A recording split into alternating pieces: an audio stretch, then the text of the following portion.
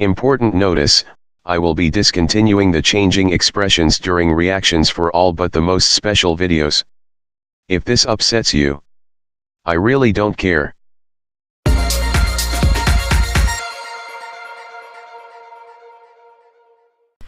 Hello, me again. Alright everybody, we're back here with another reaction video. We got a couple of things to react to today, and the first of these that I'm going to be watching is 3 episodes of, what are these called again? The Fundamentals of Magic, emphasis on fun, as taught by Princess Celestia. So yeah, they got Nicole Oliver to narrate a few more of these things apparently. I wonder if they'll ever do like a guest lesson with Luna. So yeah, this is apparently like a new, like, full-on series of web videos that Hasbro's doing and releasing on their YouTube channel every now and again. And these 3, we have magical creatures, spells, and magical objects, which are all things that have appeared in MLP and are all very interesting. So with magical creatures, I mean, we've seen, like, well, that depends. Like, are we talking creatures that are able to use magic, like the cockatrice or whatever that was in Season 1?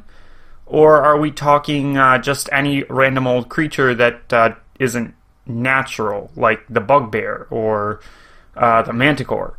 Maybe both. I mean, they're both technically types of creatures, and they're both semi-magical, since they're not real, so who knows? As for spells, I mean, that's a very, very broad category, so I imagine we're just going to be going over the types of spells that have appeared in the show.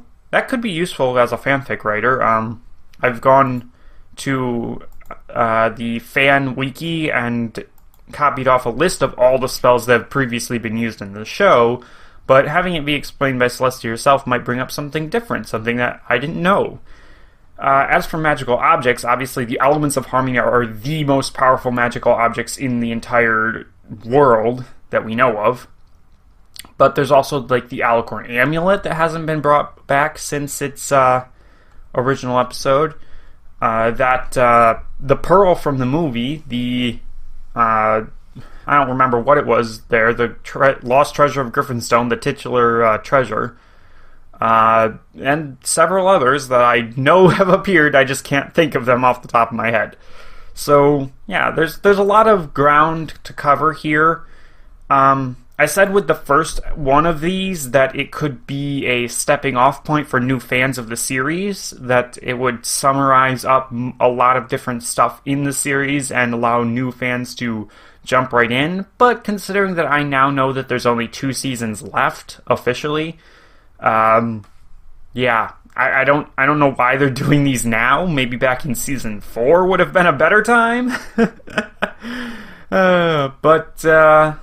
No, I mean, they're nice. They're gonna be fun. I'm looking at the beginning of the first one here in my media player, and I see the poster of Star Swirl in the background, and I'm just trying not to laugh because of, well, the Season 7 finale, which brought Star Swirl back, so yeah. Hey, maybe he could do, like, a guest lesson. That would be pretty cool. Well, whatever. We got 3 of these to get through. I'm sure they'll be interesting. Maybe not give me all that much to talk about, but they should be interesting. So we'll get started in 3, 2, 1, play. Greetings, my faithful students. We ponies aren't the only magical ones here in Equestria. Nope. Oh, they got the map off to the side there. I never noticed that. Oh, Philomena. Menagerie of creatures with remarkable capabilities. The Hydra. Hydras. Ooh. Dragons. Yeah. All of these animals. Well, dragons aren't really animals, are they? But we still have much to I hate that learn one. from their amazing abilities, like the changelings, who are able to evolve their magic and harness love for good. Or the Tatzelworm.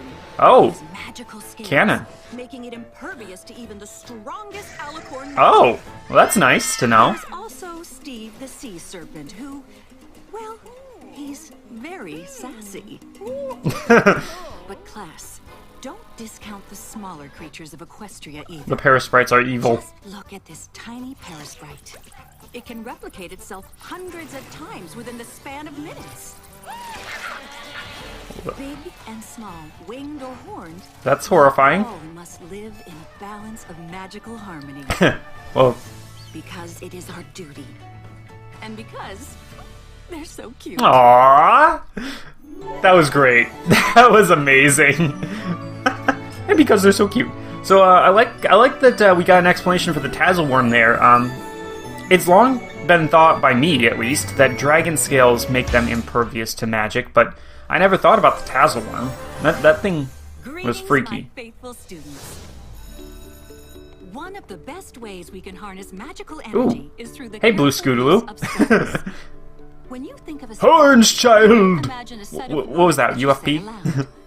But they aren't always spoken as an incantation. Oh, Sometimes spells can be concocted in a bubbling pot Hmm. and turned into a magical potion fair enough. found in a rare plant species. Also Or fair. even by reading from the pages of an old ancient tome and accidentally creating new magic. It's Yeah, that was a bad idea right there. lots and Thankfully, lots that one was of just, You might have a little trouble at first. Even the most talented magicians do. Poor Trixie. But please, students, don't be shy. Did she just about create using life?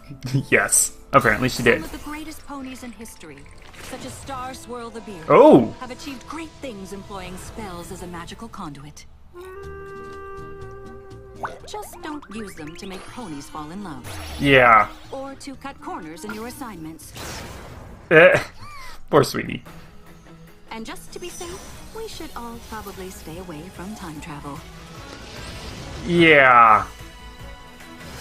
But simple spells can still be very useful. Apples to oranges. Who wants to turn an apple into an orange? I'd rather do it the other way around, but... reusing that asset. Nice. Well, that was pretty cool. I mean, I'm not really sure what else I can say about it. I mean, it's all stuff we know from the series. Except for maybe the fact that potions count as spells. That's a bit interesting. Greetings, my faithful students. Oh! Have you ever heard the legends of the exquisite crystal heart? Alicorn Okay. amulet? Why would you just have that thing there? How about the cutie map? Or the enchanted mirror pool? I didn't realize the mirror deep counted in as an the earthen object, forest? but... Though they sound innocent enough, these ancient relics Oh, are powerful yep. magical objects. Griffinstone. And they're Oh! Yeah, there's that thing, that stuff too. that we know of, at least. You never know if Daring Do is going to discover something new, right? Throughout history, these magical objects Oh, yeah, have been and viewed with those. quite the range of mystical powers by the great ponies that came before us. Some of the objects were meant for good, but some, unfortunately, have more sinister purposes. The giant spike ball. The fate of each Yeah, how could that be anything but depends on sinister? whose hooves it finds its way into. So if you happen upon a magical object, handle it with care. And for Star Swirl's sake, if it's jewelry, don't put it on. Uh-huh. Okay. You know, I like her saying for Star Swirl's sake, considering that Star Swirl is back. He might have taken it upon himself in Season 8 to be the one to clean up all the magical artifacts left around. I also like that Pinkie Pie was just there all of a sudden. But yeah, I'd completely forgotten about Daring Do and all of the magical artifacts that she gathers. I mean, wow, some of those. You know, I have to wonder about that. Like, what if Daring Do was actually sanctioned by Princess Celestia to find all these objects, and the books that she writes are like part of a cover to make the populace not realize how much danger they're sometimes in? That would be kind of interesting.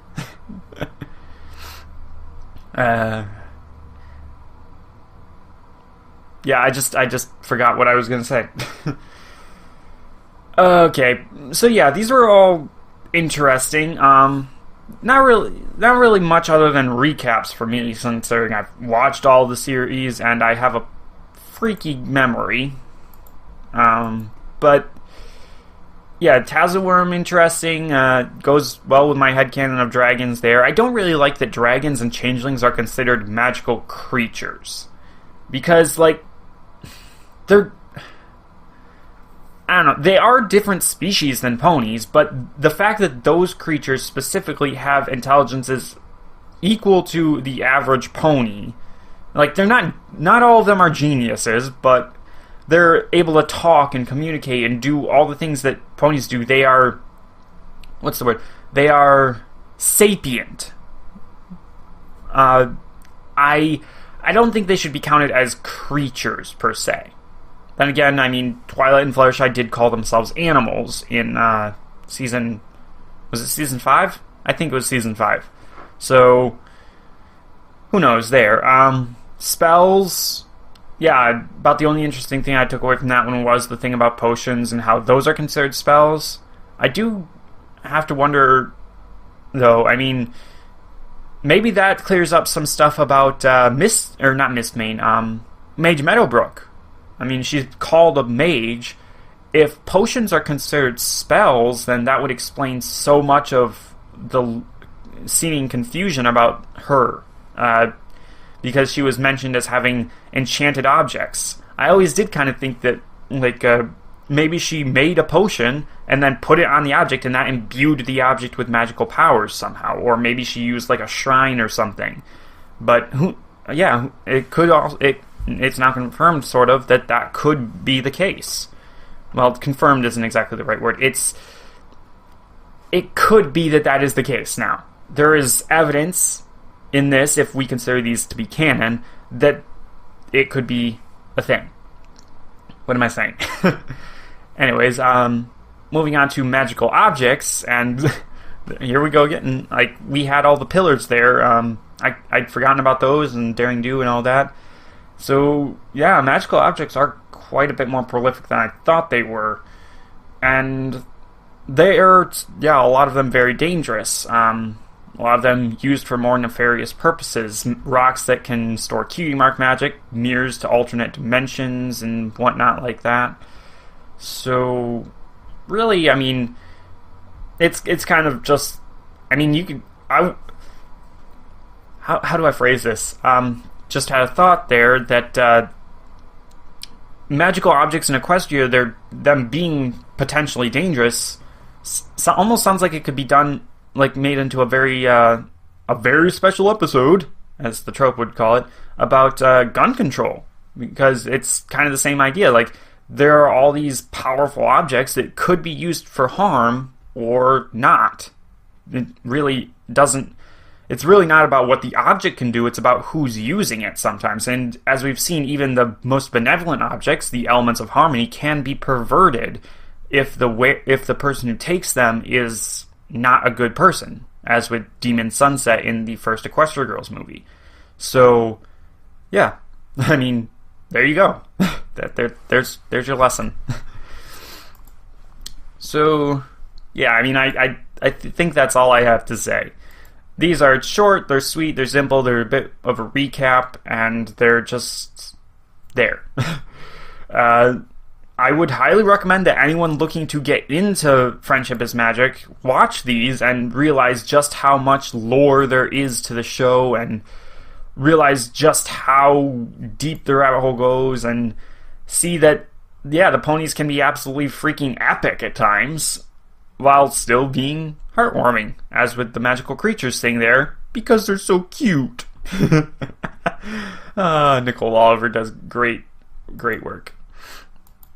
So, yeah, that's about all I have to say. Let me just check the timings on these and see how long I've been talking here.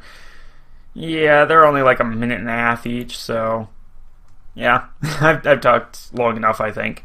There's not much to these. But if any more of them come up, I will be watching them. I will enjoy them, most likely. And, yeah. Flash Notion, out.